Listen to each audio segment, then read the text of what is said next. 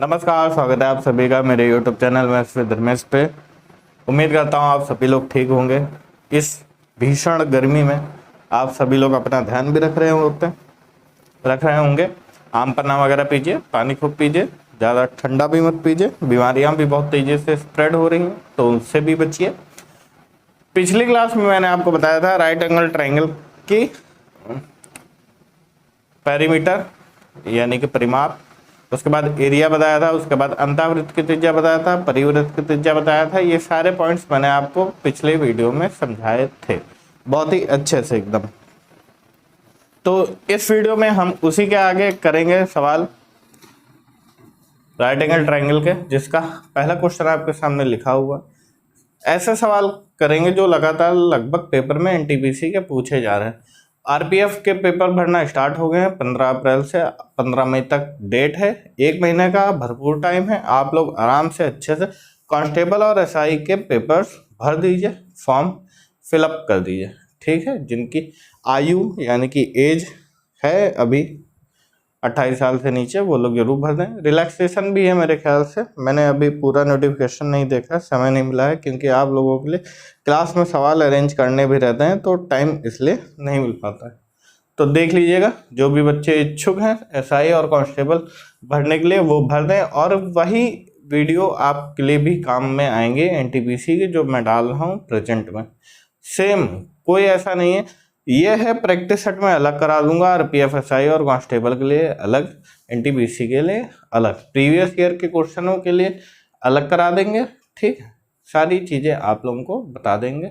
Math का यानी कि प्रैक्टिस सेट प्रीवियस ईयर में क्या आया था, आरपीएफ कांस्टेबल और आरपीएफ एसआई दोनों के लिए, एनटीपीसी के लिए क्या आया था, ये सारे प्रैक्टिस सेट में आपके लिए अलग करवा दूंगा। ठीक है, पहला सवाल आपके सामने लिखा है, उस त्रिभुज के अंतावृत्त का क्षेत्रफल ज्ञात करें जिसकी भुजाएं 18, 24 और 30 सेंटीमीटर।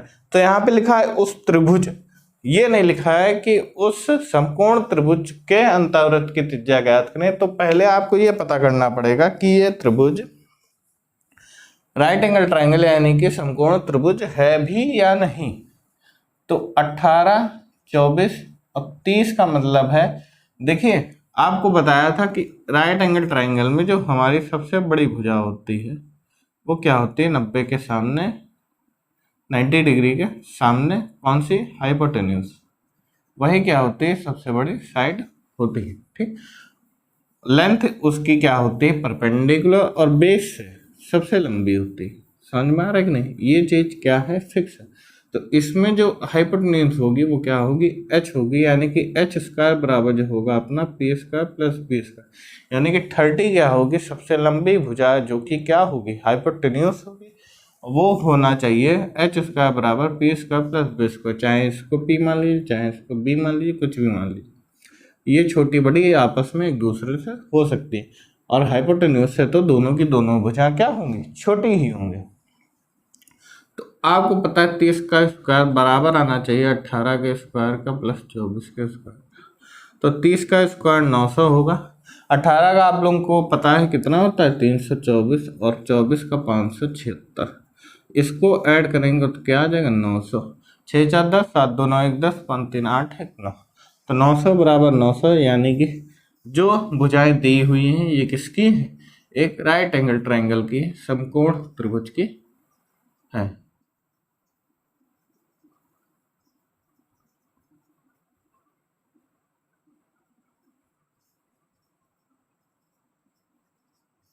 ठीक, अब इसमें भी आपको पता है जो अंतावृत्त की त्रिज्या का फॉर्मूला था,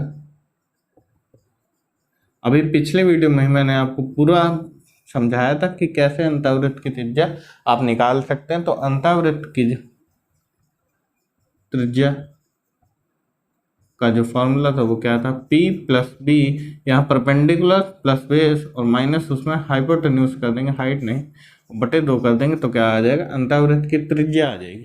तो परपेंडिकुलर 24, 18 मान लीजिए, कुछ भी मान लीजिए, 18 प्लस 24 माइनस 30 बटे 2, ये 18 24 कितना हो जाएगा, 18 24 है ना, हाँ ठीक है।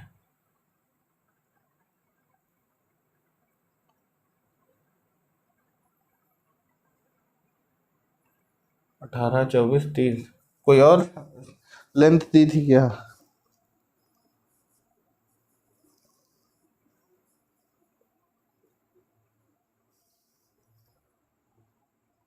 नहीं, 18, 24, 30 ही दी है। ठीक है। 8, 4, 12 का 2, 2, 3, 1, 4 -30/2, यानी कि 42 -30 कितना हो जाएगा बताइए? 12/2 यानी कि 6। ठीक, तो 6 क्या आ गई हमारी स्मॉल, और मान लीजिए यहाँ पे लिख लीजिए 6 सेंटीमीटर। रेडियस क्या आ गई? 6 सेंटीमीटर। अब फॉर्मूला आपको पता है, एरिया का क्षेत्रफल ज्ञात करना है, πr² यानी कि π6 × 6 या फिर 6 का स्क्वायर यानी कि 36 पाई सेंटीमीटर स्क्वायर। यही क्या है सवाल का आंसर। नोट कर लीजिए फटाफट। इससे सरल तरीकों से आप लोगों को और कोई नहीं समझा सकता होगा, या फिर एक एक लाइन करके आप लोगों को कोई नहीं बताता होगा। मैं भी सिर्फ इसलिए बता रहा हूँ क्योंकि हर एक वीडियो में क्या होता है, नए बच्चे जुड़ते हैं, तो उनको देखते हुए मैं समझा रहा हूँ। वरना इसमें आप डायरेक्ट आंसर निकालिए। जो बच्चे शुरुआत से पढ़ रहे हैं वो तो डायरेक्ट आंसर निकाल सकते हैं। सारे फॉर्मूले मैंने आपको बताए हैं। सारे ट्रायंगल के फॉर्मूले लगभग पूरे हो गए हैं। अंतःवृत्त की त्रिज्या, बाह्यवृत्त की त्रिज्या, चाहे इक्विलेटरल ट्रायंगल हो, चाहे आइसोसेलेस ट्रायंगल हो, चाहे स्केलिन ट्रायंगल हो, और चाहे राइट एंगल ट्रायंगल हो। एक्यूट क्या होता है, ऑब्ट्यूज क्या होता है, सब मैंने आपको पढ़ाया है शुरुआत से। तो जो बच्चे आज से क्लास में जुड़ रहे हैं वो शुरुआत से मेरी वीडियोस जरूर देखें। आप लोगों को बहुत अच्छा लगे, बहुत मज़ा आएगी। हर एक चीज़ मैंने ऐसे पढ़ाई है कि जैसे बच्चों के दिमाग से खेला जाता है, और उनके दिमाग से इसलिए खेला जाता है ताकि उनके दिमाग में वो सारी चीज़ें क्या हो जाए, बैठ जाए अच्छे से। ये 30 है, 30 का स्क्वायर।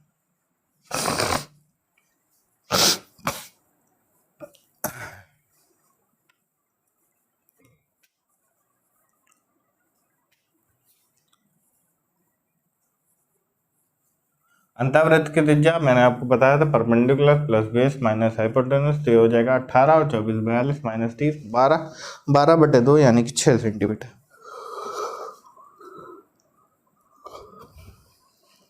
नोट कर लीजिए। चलिए बढ़ते हैं अगले क्वेश्चन की तरफ, जो कि आपके सामने ये रहा। देखिए इस क्वेश्चन को, देखिए अगला क्वेश्चन। उस वृत्त का क्षेत्रफल पूछा गया है, ज्ञात करो जो उस त्रिभुज के बाहर से खींचा गया है और जिसकी भुजाएं 15, 20, 25 हैं। तो ये भी आपको पता करना पड़ेगा कि ये राइट एंगल ट्रायंगल है कि नहीं। तो 15 + 20 का स्क्वायर बराबर होना चाहिए सबसे लंबी भुजा यानी कि 25 का, जो कि किसके बराबर होता है? 625 के। 15 स्क्वायर 225 के, और ये 400 के। आप खुद जान सकते हैं कि ये क्या आ गया, बराबर आ गया है। यानी कि ये जो भुजाएं दी हैं ये किसकी भुजाएं हैं? एक समकोण त्रिभुज की हैं, राइट एंगल ट्रायंगल की। तो बाह्य वृत्त की त्रिज्या, ट्रायंगल के क्या पूछा गया है? बाहर से खींचा गया, ऐसे इसको टच करा दीजिए यहाँ। ठीक, तो बाह्य वृत्त की त्रिज्या या फिर परिवृत्त की त्रिज्या आपको पता है, सिंपल बोला गया था कि जो भी हाइपोटेन्यूज होगी, हाइपोटेन्यूज उसकी आधी, कैपिटल आर, परिवृत्त। तो कैपिटल आर बराबर हाइपोटेन्यूज कितना है अपना? 25 है, और 25/2 ये क्या आ गए? Radius of circum circle of right angle triangle, capital R. ठीक, ऐसे बन जाएगा समथिंग। ठीक, तब ये क्या हो जाती है हमारी पूरी, ऐसे वो ट्रायंगल है तो ऐसे ही निकलता है, तो डायमीटर मानी जाती है। वरना आपको बताया था परिवृत्त की त्रिज्या क्या होता है? त्रिभुज का क्षेत्रफल, सॉरी ABC यानी कि perpendicular base into hypotenuse. Simple फॉर्मूले से आप निकालिए, 4 इंटू त्रिभुज का क्षेत्रफल यानी कि half base into height. Height की जगह पे यहाँ पे क्या मान सकते हैं? परपेंडिकुलर मान सकते हैं। तो ये परपेंडिकुलर और बेस क्या होता है? कैंसिल हो जाता है, और ये 2 2 जा क्या अपना 4 यानी कि h/2 निकल के आता है। ठीक, अब इसी का एरिया हमें निकालना है, तो पाई आर स्क्वायर सिंपल, आर क्या है 25/2 का होल स्क्वायर, यानी कि इस बार ब्लैक से लिख देते हैं 25 का 625 और 2 का 4 पाई सेंटीमीटर स्क्वायर, यही क्या है आंसर, नोट कर लीजिए 625 पाई बटा 4 centimetre square. The area of circum circle of right angle triangle is 625/4 pi centimetre square. समझ में आ रहा है कि नहीं भाई? मन से पढ़िए एकदम, विदाउट चिंता है नहीं, है कि नहीं? यूपीबी की मेरे ख्याल से अभी डेट नहीं आई, कैंसिल हो गया था ना, कराएंगे भी नहीं, चुनाव पहले कराएंगे, उनके लिए देश बाद में है, चुनाव पहले। ओके, सॉरी उल्टा बोल गया, उनके लिए देश के युवा बाद में है, चुनाव पहले। चुनाव की डेट तो मान लीजिए निर्वाचन आयोग ने ही तय किया है, लेकिन फिर भी यूपी गवर्नमेंट को इसका ख्याल रखना चाहिए। लोकसभा का चुनाव है तो यूपी गवर्नमेंट चाहे तो डेट अपनी फिक्स कर सकती है, क्योंकि चुनाव तो एक दिन, मान लीजिए वोट डालने में दो आगे पीछे दो दिन ले लिए, 5 दिन में चुनाव की सारी व्यवस्था हो जाती है, तो जल्दी से जल्दी पेपर करा के वैकेंसी क्लियर कर सकते हैं। लेकिन वही है, खून में उनके नहीं है युवाओं का हित सोचना, युवाओं के बारे में भला सोचना। These things are not in their blood। बड़ी गंभीर स्थिति है।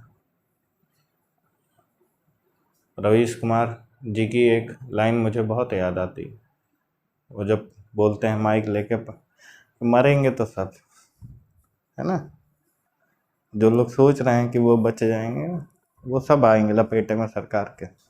चलिए बढ़ते हैं अगले सवाल की तरफ।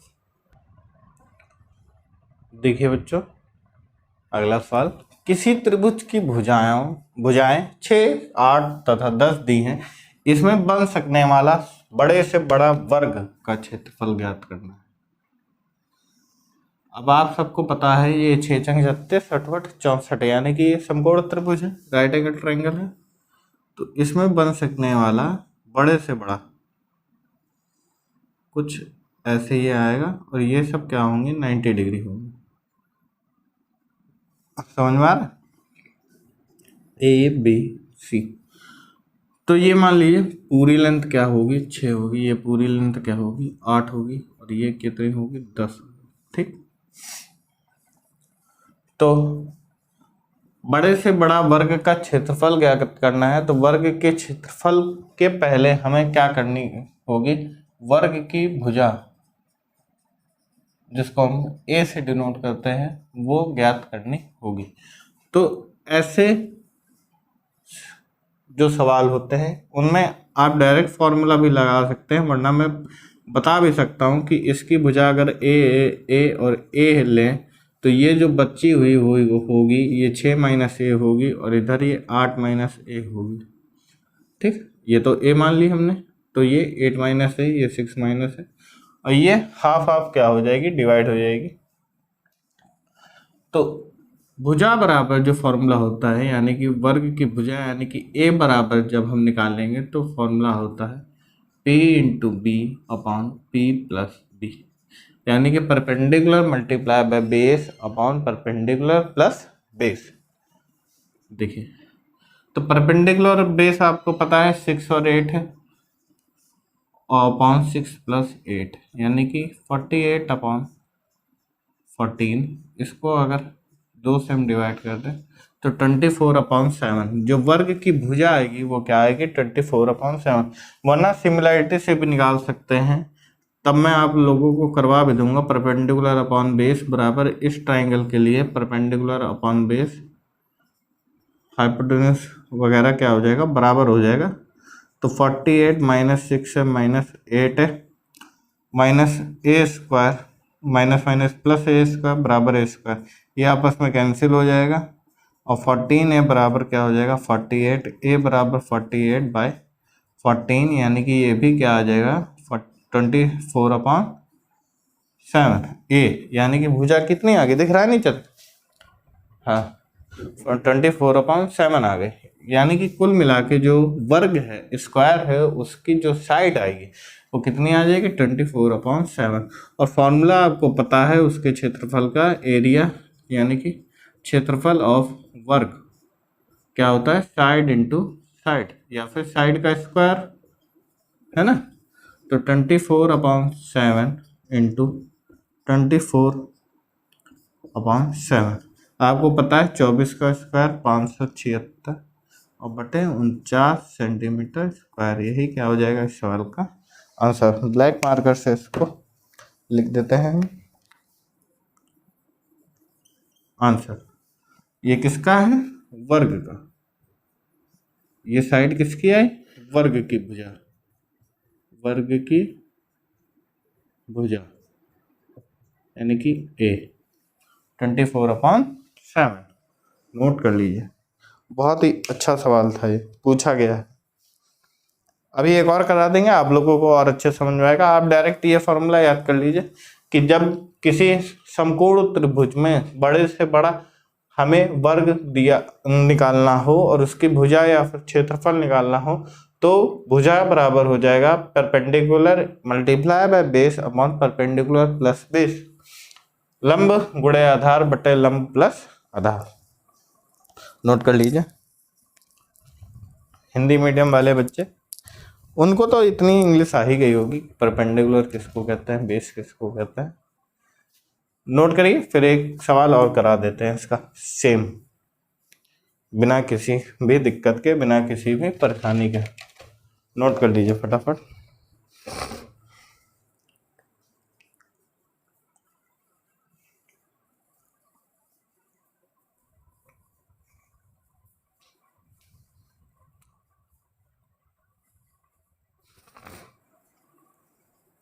हो गया, चलिए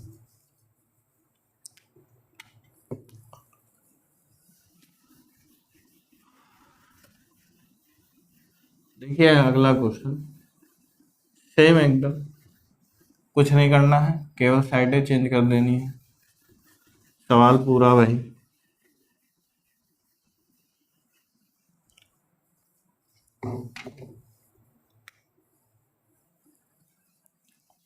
सवाल नंबर 4 हो जाएगा 15, कुछ भी मान सकते हैं आप, अपने हिसाब से भी सवाल बना सकते हैं, कुछ भी राइट एंगल ट्राइंगल की साइडें आप मान लीजिए तो भी आप क्या कर सकते हैं बना सकते हैं सवाल। अब 15, 20, 25 इस बार दी है तो आपको पता है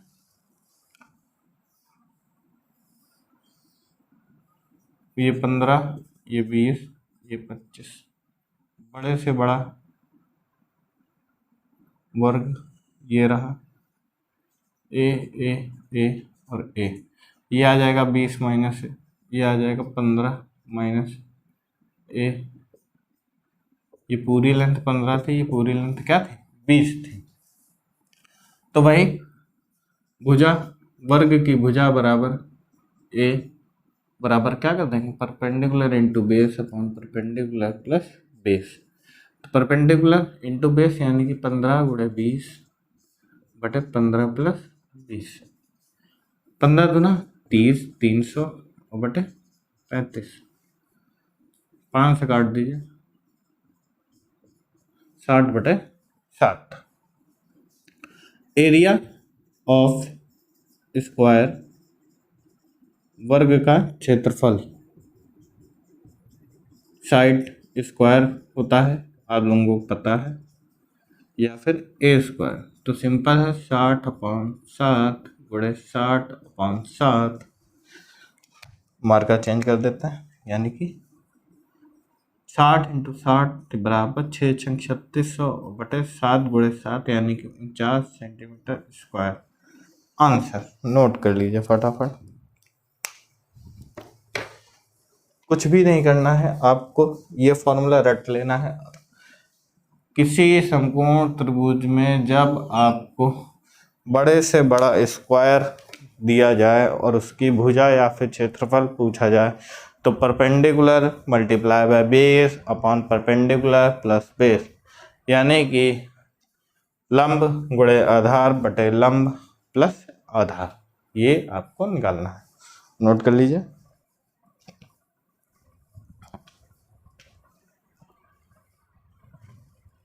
जो लोग ये सोचते हैं कि सर गायब हमेशा हो जाते हैं, तो मेरी आदत है टहल टहल के पढ़ाने की। आप लोगों को इतनी वीडियो मैंने डाल चुके हूँ, 100 से शायद ज़्यादा ही वीडियो हो गई होंगी अब तक, तो किसी भी वीडियो में आप देखेंगे मैं स्थिर नहीं रह पाता हूँ। टहल टहल के पढ़ाने की आदत है।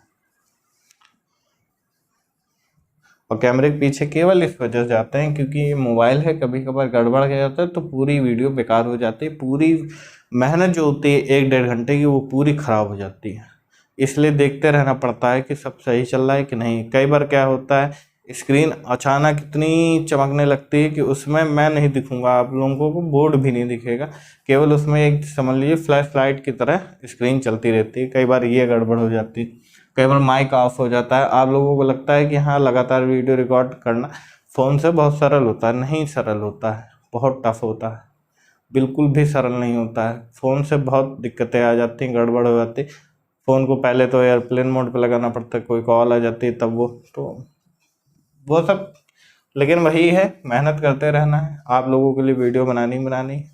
कई बार मान लीजिए जैसे जो 30 मिनट की वीडियो होती है उसके पीछे लगभग 1 से 1.5 घंटा लग जाता है, समझ रहे हैं, केवल बनाने में। वीडियो को मैं पॉज करता हूँ, उसके बाद सवाल लिखता हूँ। ऐसे क्या होता है, अगर मैं खुद, ऐसा नहीं है सवाल मुझे याद नहीं रहता, लेकिन क्या होता है इसको रफ करेंगे उसके बाद मैं सवाल लिखूंगा, 3-4 मिनट 5 मिनट वहाँ एक्स्ट्रा चला जाएगा, उससे वीडियो लंबी हो जाएगी, सवाल कम हो पाएंगे, तो कोई फ़ायदा नहीं होता। इससे अच्छा है वीडियो पॉज करो, सवाल लिखो, बस, सिंपल। कोई बकवास करने की एक्स्ट्रा ज़रूरत नहीं होती।